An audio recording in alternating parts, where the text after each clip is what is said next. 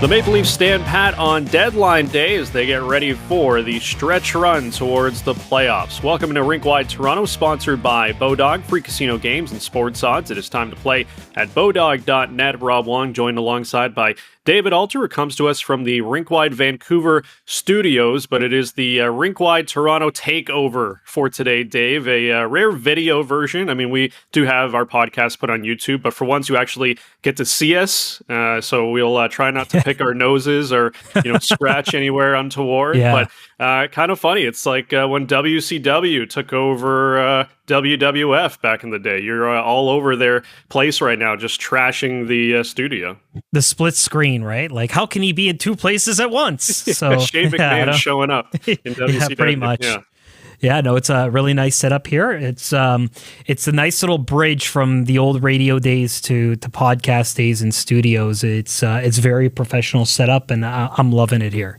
Yeah, it is a pretty sweet setup they have over there, of course, and we're very glad they could let you use it for this special trade deadline podcast. And we talked about it on the post-game show, and we've talked about it on several post-game shows that we expected the Maple Leafs to maybe have one more move before the 3 p.m. deadline on Friday. They did. It just wasn't the move anybody was really expecting. They moved Dryden Hunt to Calgary for Radim Zohorna. Zadorna, a monster, 6'6", 27-year-old center, 10 points in 33 career NHL games, had 29 points in 40 games with Calgary's AHL team this season. We'll spend just a little bit of time here on the actual move they made today, but how does Zohorna fit in all of this, Dave? Yeah, I asked Kyle Dubas about this move because, apart from it being a minor league move, you kind of have to wonder, it's forward for forward. Was this really just about having Dryden Hunt move on after he only played 9 games, and maybe there wasn't room for someone like him because of all the other physical bodies they added? He was going to be really far down on the depth chart given everything else that was going on. But in Zohorna, they bring in another center, another big body that, if they run into problems with their depth at the middle, they could bring him back up. But, a lot of this is also ensuring that the Toronto Marlies actually have a really good season as well. Last year, they didn't make the playoffs. This year, they're first. And Dubas has an attachment to the Marlies. He was GM of the team, of course, before becoming GM of the Toronto Maple Leafs. And what this also does is allows some flexibility for a rule in the AHL that allows for only a certain amount of veterans. I believe they can only dress 5 in a game. And because Dryden Hunt has played over 320 professional games, even though he's a year older than Zohorna, Hunt qualified as a veteran. Zohorna does not. So that allows for some veteran flexibility with what they've got and what they're going to do there. So that's really what this was all about. But if the Leafs do have another crazy run of injuries like they did at defense, but up the middle this time, then maybe Zohorna might factor in. But it's really not the headline story, but at least we got some justification for why this was moved. Obviously, it wasn't going to work out for Hunt. Hunt being from Western Canada, he's a bit closer to home, so they'd kind of do right by the player that way too. Yeah, quite the trade tree for Dryden Hunt this year. And Dennis Mulligan in that tree. Dennis Mulligan. So Dennis Mulligan equals Dryden Hunt equals Radim Zohorna. So that's right. the way it's gone so far this season. But, getting back to the overall point, everybody expected the Leafs to maybe have something left up Kyle Dubas' sleeve. A lot of conversation about another forward. Unlikely that something would happen on defense with how many moves they've made there, but maybe we thought he could have moved out one of those guys. Maybe it was a Justin Hall or maybe an Eric Gustafsson. Still had that first round pick in that Washington trade that got Gustafsson, that maybe he could use that to bring in another player as well. But in the end, nothing for Kyle Dubas. Were you surprised at all that there wasn't a bigger move? No, not at all. I mean, everything comes down to cap management and everything else they've done. You look at the reconstruction of the roster that they did, a whole bunch of new guys in there. They addressed everything but goaltending. I thought maybe they might address goaltending, but now with news that Matt Murray is expected to come back, they needed that money, right? They're going to activate him. And they have exactly enough money going into today and leaving today to activate Murray, send Wall down, and have, I believe, according to Puckpedia, it's $928,000 in cap space after everything, and that's $3,000 more than what an entry-level cap hit would be for Matthew Nyes should they come to terms with that forward and he joins a team that way. So that's kind of like a trade deadline acquisition in that regard, that they're going to have the room to activate Nyes. I thought they might wait and kind of do all that stuff and maybe use the money, but when Dubas said that there was nothing kind of earth-shattering or anything that kind of stood out that they kind of had to take a look at, well, then they were pretty much done. So they weren't going to be the initiators on this. If someone was going to go to them and say, hey, we have this crazy idea, they'd listen. But going into today, and a lot of the reason why you didn't see a lot of big moves today is because everyone was doing a lot of cap gymnastics to make sure that after 2 p.m. Eastern, which is only that 1 hour between the deadline and the waiver deadline, that things could be done and everything can kind of fit without central registry saying, no, you can't do that. So a bit of an interesting one, but no, I'm not surprised that the Leafs didn't really do anything given they were so set up perfectly cap-wise going into the moves that they were going to make following the deadline day.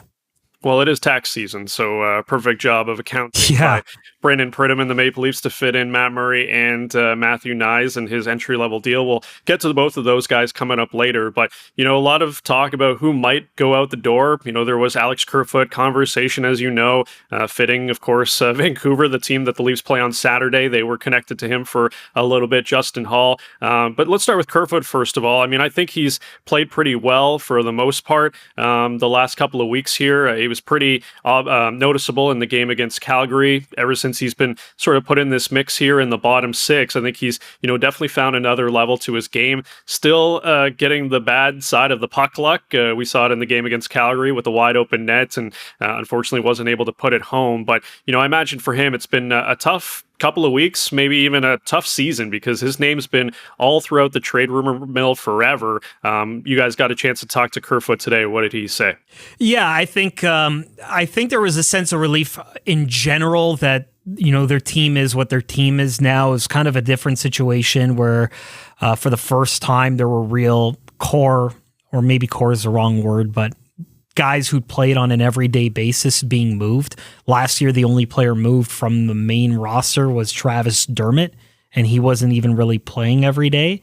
Where this time you kind of had Rasmus Sandin, you had Pierre Engvall, guys who played every day kind of get moved. That earlier in the week, it felt kind of real for anyone who was there that they could be moved. But Kerfoot was pretty clear when I asked him about if he felt any sort of pressure was off, that the pressure is still on, because even though you don't go to the rink with daily trade pressure of if I'm going to get moved or not, there is his history, the team's history, and everything else about trying to stay in the lineup that he's going to carry between now and the end of the season and the playoffs, about making sure that both he and the team deliver and actually win a playoff round. That's what this is all about. And so he was pretty clear to convey that message, that even though that trade deadline pressure is out, the real work kind of begins where the roster limit, if there are other injuries, is now no more. They can bring up more forwards without worrying about the 23-man limit. If they have cap space to do it, they can kind of go beyond that. And so he's still going to have to be in a fight to earn his spot every day and be in the lineup. So he remembers Game 6. He remembers all the other stuff. He's been linked to so many different moves. Remember the whole Kraken the fiasco there. He's been through a lot of the distractions. And so even though the trade deadline is passed and he's still a member of the Toronto Maple Leafs, he's still an unrestricted free agent. He's still feeling the pressure to produce offensively. He has a lot to play for, whether it's here in the short term or even long term, whether it's anywhere else beyond this season, to earn his next contract and really deliver for the Toronto Maple Leafs in the short term. Yeah, absolutely. That's a good point as well, that being a UFA, he's fighting for that next deal, and he wants to show a team, whether it's here in Toronto or somewhere else, that he can, be more than a bottom six guy, because I'm sure he feels that he has that ability. But, it's interesting. You look at all the changeover here, Dave. It's pretty rare that you see a top 5 team in the NHL move so many pieces around, but here are the Maple Leafs, quote unquote, changing their identity to a certain level. Kyle Dubas has talked a lot about, getting guys that have that compete level, quote unquote. And, he's definitely done that. I mean, I think we've seen it, whether it's Ryan O'Reilly, Noel Achari, Sam Lafferty, Jake McCabe. I think those guys definitely, fit that type of personality that the Leafs were looking to inject into this lineup. And I have seen the take that maybe the Maple Leafs made too many moves. I don't know how you can necessarily, say that, but I think some people are questioning, when you change that many faces, is there enough time in these 20 games or so to have it all gel and have it come together? Because you look at some of the other teams that the Leafs are battling with, they made moves too. So you might have the same questions about a Tampa Bay or a Boston with the amount of new faces they have. But at the end of the day, this team is going to be driven by the quote unquote core four: Austin Matthews, Mitch Marner, William Nylander, John Tavares. Like, if those guys don't perform, the Leafs are not going to win any series. So while it's nice to make these additions and have them play their roles, and you hope they chip in, it's going to be up to those four guys to really do the damage here. Yeah, and Austin Matthews is the number one guy you kind of point to, right? Because you have William Nylander, who's had a breakout season offensively. Mitch Marner continues to do Mitch Marner things dynamically, both offense and defensively, whether it's power play or penalty kill. John Tavares is up this game from an even strength standpoint compared to last year, where Austin Matthews, the reigning MVP, Rocket Richard trophies, had a bit of a dip. Kyle Dubas admitting that, it's been of a down year in terms of the numbers, and he's been dealing with some injuries, but is encouraged by the fact that he's still putting up these numbers and feels that he can kind of progress going forward here. And I think that's the big thing right now, is everyone's going to kind of keep a close eye on Austin Matthews to see if he is going to ramp it up here in terms of the offense and do some things. He looked pretty good in that game against Calgary, albeit not scoring. I think now with some of the different things that they have on the bottom three lines, maybe it does free him up a little bit. You got Ryan O'Reilly now, who can do some dynamic things on the ice in that third line center position, that maybe it will free up Matthews, and the matchups will be better, and it will free him up again for the playoffs. So that's the number one thing everyone's going to look at in terms of the core four guys. Sure, everyone's producing in the regular season. Can they get it done in the playoffs? And can Matthews turn it on? He had 9 points last year in the playoffs, but clutch goals is what it's all about, producing when they need it. And it's going to be a collective effort. The Leafs tried their best here at this trade deadline, and maybe at the risk of moving a lot of guys in and out from the bottom six or the bottom pair of defense, to find different type of guys who can get them playoff style goals. And while they're doing that, their hope is guys like Matthews can kind of find those type of goals and come through in the clutch come opening round against Tampa. For sure. And look, I'm not dismissing the fact that you bring in these new guys and it takes time to gel and have that chemistry. I mean, we saw that first game for Jake McCabe in Edmonton, and he clearly looked a little bit nervous and, wasn't hitting his mark, had a new defense partner in TJ Brody. But I thought he looked a lot better in that game against Calgary. Ryan O'Reilly has been trying to find his footing. He was the second line center with John Tavares and William Nylander. Now he's presumably the third line center moving forward. So, a lot of these guys are still trying to figure out where they fit into the actual on-ice roles. But, off ice, there's a ton of distraction as well. Guys are, moving their families around. Luke Shen, of course, has a baby coming in like a week or so. I mean, these guys, have their lives just all of a sudden flipped upside down, and they also have to worry about being professional hockey players. So there's just so many things going on right now that's in flux that I think a lot of people don't really consider at times, because, playing hockey is one thing, but there's a lot of, I wouldn't say distractions, but there's just a lot of things off the ice that these guys are currently dealing with.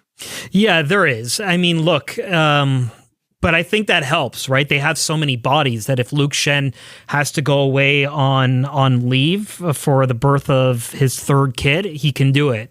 And there's enough bodies around that the Leafs can kind of use that time to mix and match. And there's going to be a lot of roster management between now and then. And so it's interesting because, everyone's kind of talking about Luke Shen right now, just because of all the feels, right? Like, hey, we grew up watching Luke Shen and seeing him wear a number 2 with the Toronto Maple Leafs again and be physical and do things that we haven't seen Leafs do in the last little while. And at practice today, a couple of the guys, even Morgan Riley, said that a lot of footage from Luke Schenn was shown on the video from the last game about some of the things he was doing, whether it was the hit with Lucic or giving an extra shove and removing someone like Jonathan Huberdeau away from the crease and making it very difficult. Even Matt Murray talked about how much he loved that third period, and that's why they said it was the best ever that they had played. That's really the template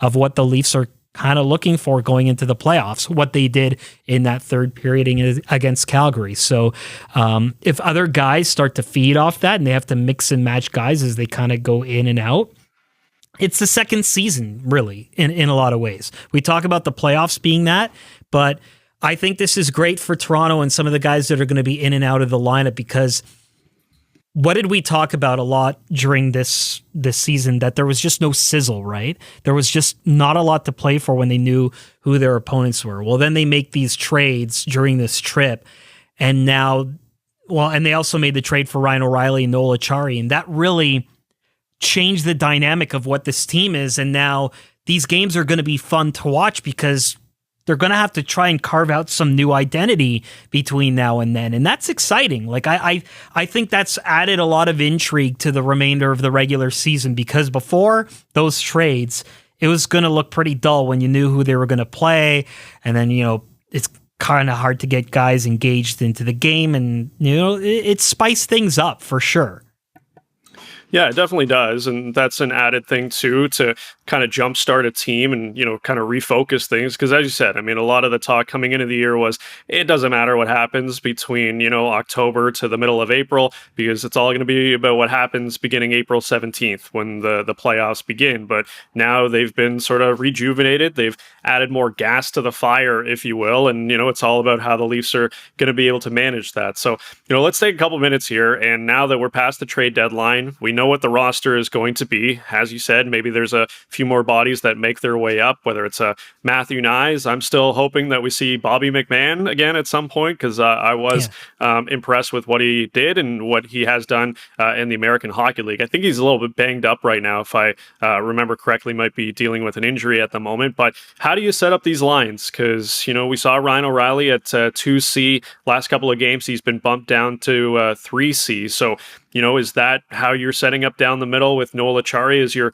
fourth line center? Where does David Kampf fit in? I'm curious to get your thoughts on how you would construct the Leafs lineup right now if you're Sheldon Keefe. Yeah, I mean, right now, you might be able to put Kampf as the 4C, maybe try him on the wing. He was still kind of playing center the other night, and they had Acciari on the wing for a lot of the 11 and 7 combinations that the Leafs went through the other night. So I still think you kind of have Kampf as your 4C. And we were kind of talking about this all season, that I thought Kampf was kind of the 4C and they needed a bit of an upgrade into that middle position. And so whether it was O'Reilly, whether it was Acciari, they were going to try both, and they may still revert back. Wouldn't surprise me if O'Reilly is a third line center for visiting games, and on home games when they have a more favorable matchup, maybe they overload a little bit more and go back to Tavares on the wing and move him up if they like what they see with the matchups. But this is what kind of everything is right now. We're going to see a little mix of everything. And, Sheldon Keefe wanted to keep these lines for a longer period of time, but then what was happening with Edmonton kind of forced him to kind of, change the experiment up and move Riley down for the third period. And then they kind of stuck with it. And so now we're on this stretch of games where they're going to do it until it doesn't work, and they'll figure out another combination. But they have 12 forwards on the roster right now. I mean, they have the LTI, but once they activate Matt Murray, they'll still have a roster spot to add a 13th forward until they need that money to sign Nyes. So they can kind of figure out who they want to move around and experiment with. But the lines that you see right now with those 12 forwards and Zach Aston-Reese kind of being an extra, or a 12th in this case as a fourth line there, you're going to see a lot of mixing around. I'm curious to see where Lafferty kind of goes. I did like Yarncroke up on that second line with Tavares because that chemistry was already established, and I think you can kind of keep him in there with Nylander. as a second line for that combination with O'Reilly down on the third. But we've talked about it a lot. The Leafs didn't really have a third line or a bottom six where they can kind of push their opponents around. And when you've got O'Reilly and Achari and Lafferty and all these other guys in there, it really bolsters it, and it really changes the dynamic compared to what the Leafs have had there before.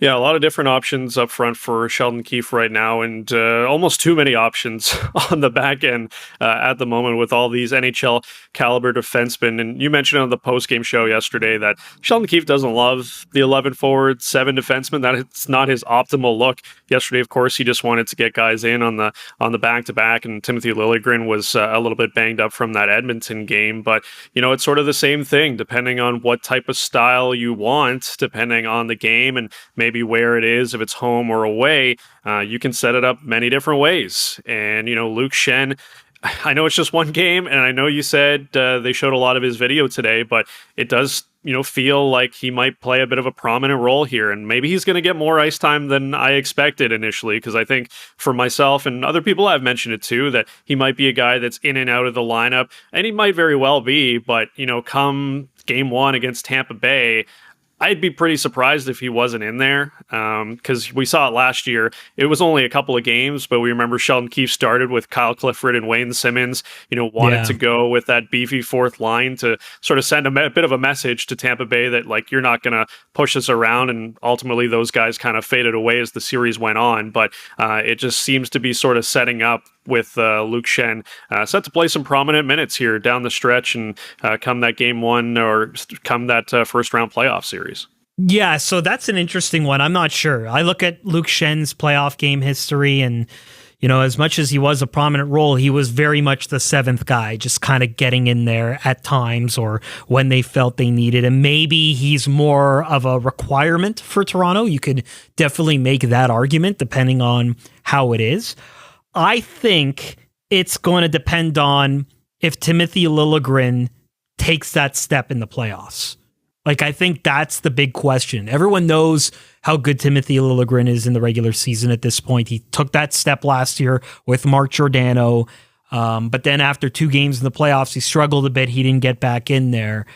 I think Liljegren will get, or at least has earned that right for maybe the opening game or later in the series to be that guy. You can make the argument that maybe Justin Hall's the guy who comes out.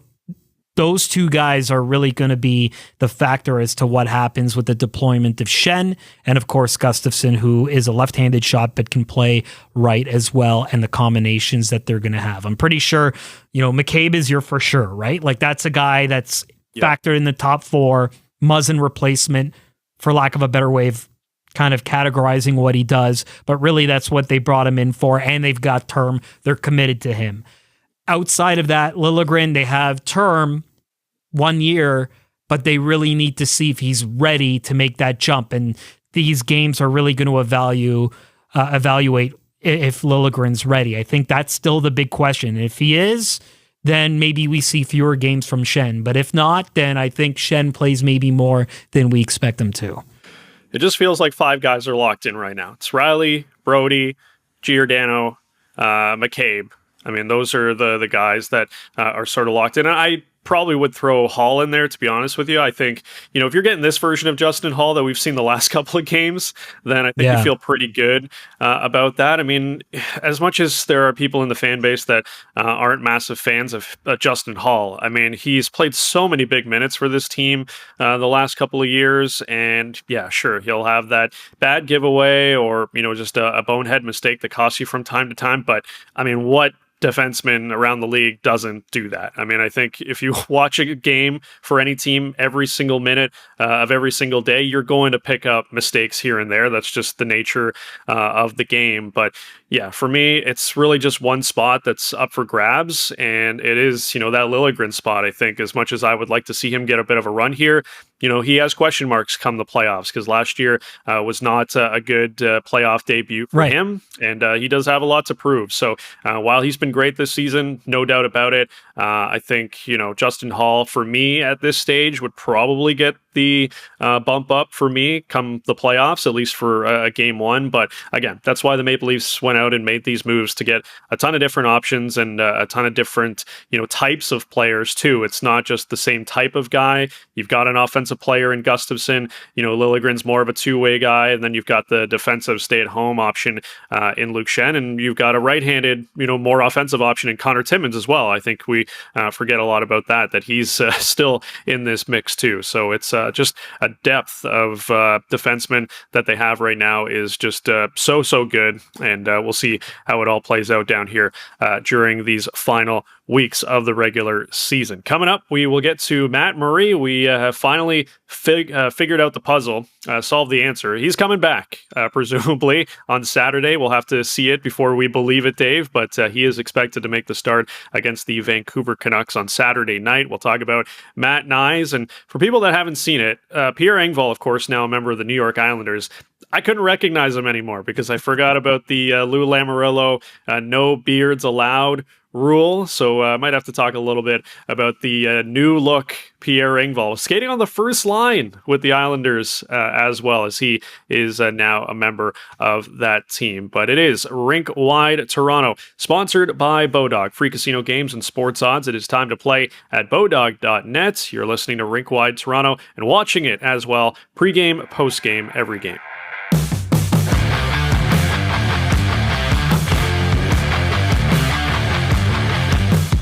It is Rink Wide Toronto, sponsored by Bodog, the place to play free casino games and get the latest sports odds. Rob Wong joined alongside by David Alter from the Rink Wide Vancouver studios as the Maple Leafs are getting set to take on the Vancouver Canucks on Saturday night on Hockey Night in Canada. This, of course, not a post-game show. We'll have that for you following that game. It is a special trade deadline edition, and the Maple Leafs, of course, only making one minor move in case you missed it. Radim Zohorna, now a member of the Toronto Marlies, as he is reporting to the AHL in exchange for Dryden Hunt. But one of the bigger stories of the day, Dave, Matt Murray getting set to make his return against the Canucks on Saturday night. We've been wondering, when will he ever return? And he's, of course, been working his way back, and everybody's been saying he's getting closer, he's getting closer, he's getting closer. And it's like, okay, well, when is that day going to come? And all of a sudden he pops up for optional skate. And then after that, Sheldon Keefe is like, he's good to go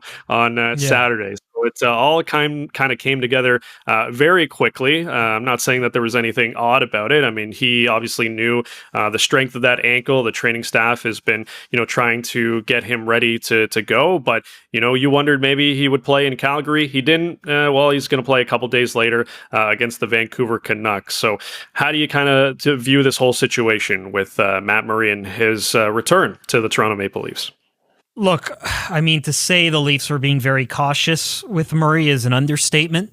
We've seen him on the ice. We've seen him be able to do things. The timing is such with it being the Vancouver Canucks as the first opponent. I don't think that's a coincidence.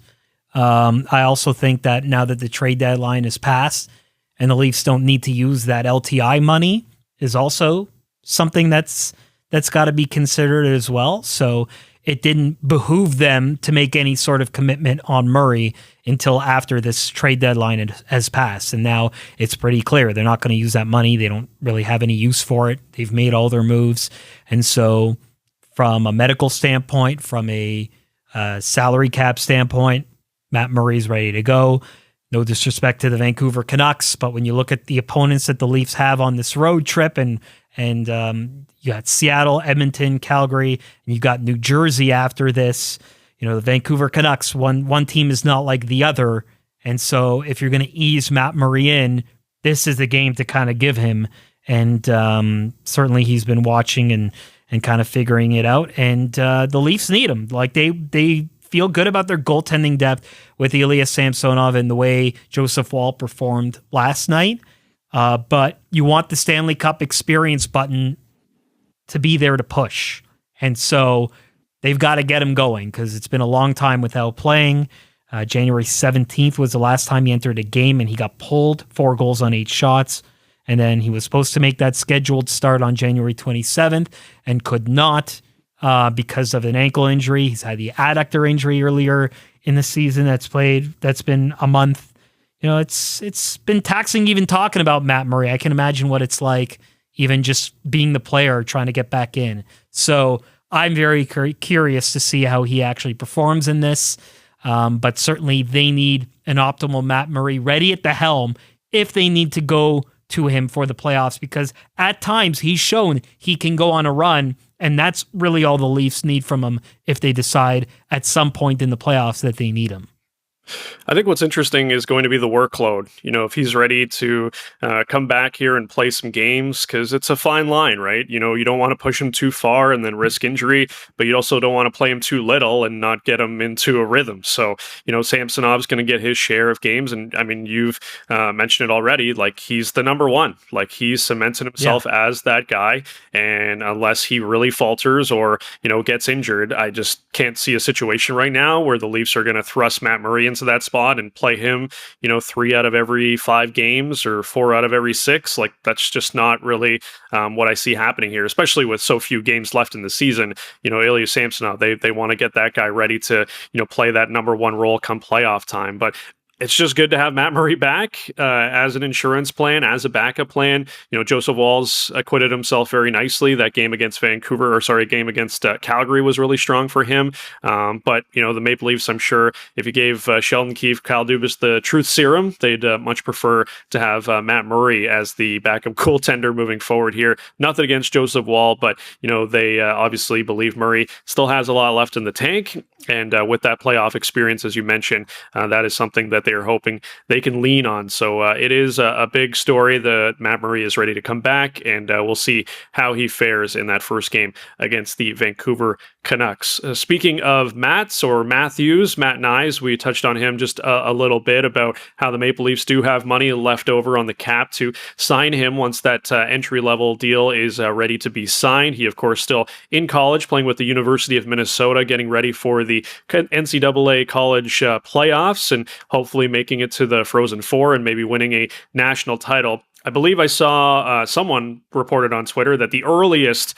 I guess, he could be a Maple Leaf is around March 24th, and that's if Minnesota loses in that first round. Unlikely, because they're one of the best teams in the nation, of course, and the latest would be around April 8th, which would be the end of the college hockey season, only giving him, 2 or 3 games to get ready for the playoffs. So it's quite a wide range of outcomes here for Matt Nyes and when he may become a Maple Leaf. But I know Kyle Dubas is kind of, been tempering the expectations here with Matthew Nyes, but I mean, it's hard not to sort of read the tea leaves here, Dave, and think that they're holding out a spot for this guy, and whether or not it's going to work out, it remains to be seen, but their expectation seems to be that this guy is going to be a Leaf at the end of the season and maybe suiting up for Game 1 against the Tampa Bay Lightning.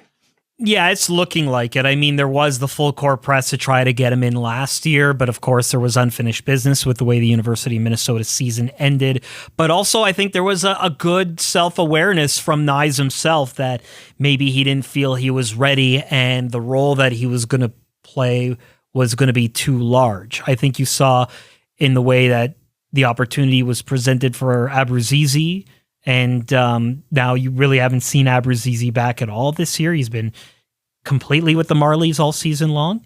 I don't think that would have necessarily happened with Nyes, but I think there is just a good self-awareness knowing that maybe it was a little bit more to bite than he can chew at that point in his career, and he had to develop. I remember watching him at a lot of these development skates, especially in Traverse City, and it just, or not Traverse City, the one in the summer, and it looked like he wasn't quite there from a foot speed standpoint, and that's a big adjustment from college to the NHL.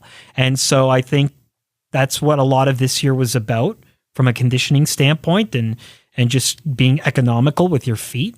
And also, given the moves that the Leafs have made, I think it sets up nicely that when Nyes does join, there isn't that pressure where he's got to be in a top 6 or he's got to, be the guy because they don't have any other solutions. And I think that'll take a bit of expectation and pressure off him, that when he ultimately signs and gets that roster spot or whatever it is, that they can ease him into where he feels he can get a feel for the game and not necessarily throw him into a sink or swim situation.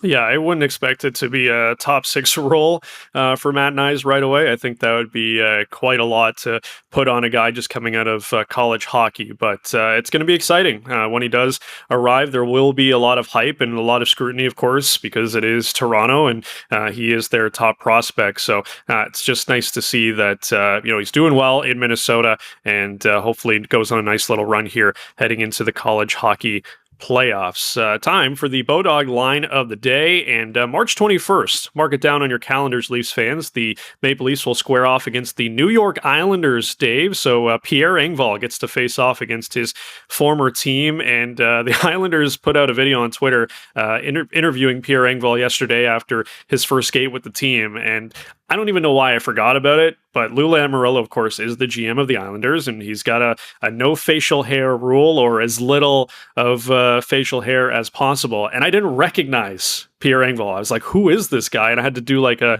quadruple take. And yeah, he looks so much different. A big baby face, of course, now.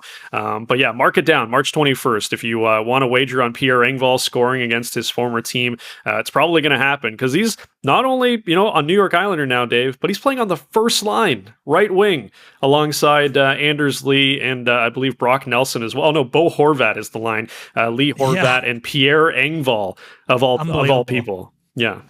Yeah, when I looked at him and I saw that video shared as well, I thought it was Brock Nelson. Like, they have a similar look from a clean-shaven standpoint. And so I was like, oh, that's Pierre. And then I forgot about the rule. I didn't forget about it. I kind of knew about it, but I was reminded of it when I saw that video. I'm like, oh, yeah, the no beard rule. Okay, that makes sense. And he's kind of used to it from before, when Lou was GM of the Toronto Maple Leafs from 2015 to 2018. So, Pierre was in the organization for a while, so it probably was an easy adjustment for him to make. And then he can grow the beard back when the playoffs start, because Lou does make an exception solely for the playoff beards as a hockey superstition. Great rule. So there is no version of that for the New York Yankees, where obviously that rule is influenced. So, it'll be interesting to see. But look, for everyone who talks about all these former Leafs coming back and revenge goals and everything, I thought it was kind of neat that in that game against Calgary that wasn't the case, and Nazem Kadri's goal was actually called back due to offside, and maybe that wasn't the case for Zach Hyman the night before that, but perhaps maybe that's the changing of the guard. And so all these new guys in the trade deadline, maybe the luck is flipped. We talk about, and fans talk about, how, the Leafs make seemingly good moves, and even when they do, they're cursed. Like, something goes wrong beyond their control. I always point to the Brian Berard eye injury as a classic example of that. An offensive defenseman that they essentially got for nothing back in the late 90s, exactly what they needed, a number one overall pick. And then he gets clipped in the eye by Marian Hossa, and he's not the same. He comes back, which was a tremendous story, but he's not that same defenseman. He kind of adjusts to maybe a bit more of a shutdown guy. But sometimes the Leafs do everything right, and then it's just bad luck, so you don't know. So we'll see in that game if the luck changes in their favor. I thought the third period of last night was kind of a good example of, maybe the universe could correct itself here. Yeah, the hockey gods love to tease Maple Leafs fans. I mean, throughout their history, just, dating back to 1967, of course. I mean, there's been so many close calls, if you will, potential championship caliber teams that have never, gotten to that point. And, here we are again, seemingly doing it with another Maple Leaf squad where you wonder, could this be the year? And then you go, oh, wait, they've got to play Tampa Bay in the first round. Oh, wait, they've got to play potentially the greatest team in the history of modern hockey in the Boston Bruins in round number 2. And then after that, it's maybe the Carolina Hurricanes, and then whatever strong team is coming out of the West. So just always feels like maybe things are working against the Maple Leafs, but like you said, just for one night, it did not go against them. Nazem Kadri's goal called back, and on the flip side, it was the Calgary Flames fans feeling cursed because Calle Yarncroc, who I believe scored 0 goals as a member of the Flames last year after they got him, scored in his first game back in Calgary. So that just kind of goes revenge to show Flames goal. Yeah, look at that. I mean, Revenge Flames goal. I remember he kind of said that, they moved him to a center spot, which is what he wasn't playing, and where he'd been playing wing the whole time when he was with Seattle, and even before that with Nashville. And then I remember the Leafs experimented one game with him in that spot, and that didn't go very well either. So not a surprise that the Leafs have got some awareness in terms of Järnkrok. They talked about Kerfoot and Järnkrok for winger versatility that can play center, but they had too many of those can play centers and not natural centers. It's what made Holmberg so successful right out of the gate before he was sent back to the Marlies. But now that they've got O'Reilly, Achari, and all these other guys that play the position first, and Kampf, that's way better for them going forward. And a quick correction here. Calle Järnkrok did have one goal for the Flames last year, but it came in the playoffs in 12 games with Calgary. So he did score one, just not in the regular season. Was 0-4 in 17 games last year during the regular season for the Flames. But I'm sure he felt pretty good about that revenge goal on Thursday night as the Maple Leafs picked up the win. They will wrap up their West Coast trip on Saturday night, Hockey Night in Canada, and that'll be the next Rink-wide Toronto post-game show as the Leafs will square off against the Vancouver Canucks. Make sure to like, review, and subscribe to the pod wherever you get your favorite pods. You can follow us on Twitter, RinkWideTOR, at DAlter, and at RobWong34, and you can always get the podcast at RinkWideToronto.com. For David Alter and producer Aaron, I'm Rob Wong. You've been listening and watching Rink-wide Toronto, sponsored by Bodog, Canada's home for casino games and sports odds, where everyone goes to play. You have been listening and watching to Rink-wide Toronto, pregame, postgame, every game.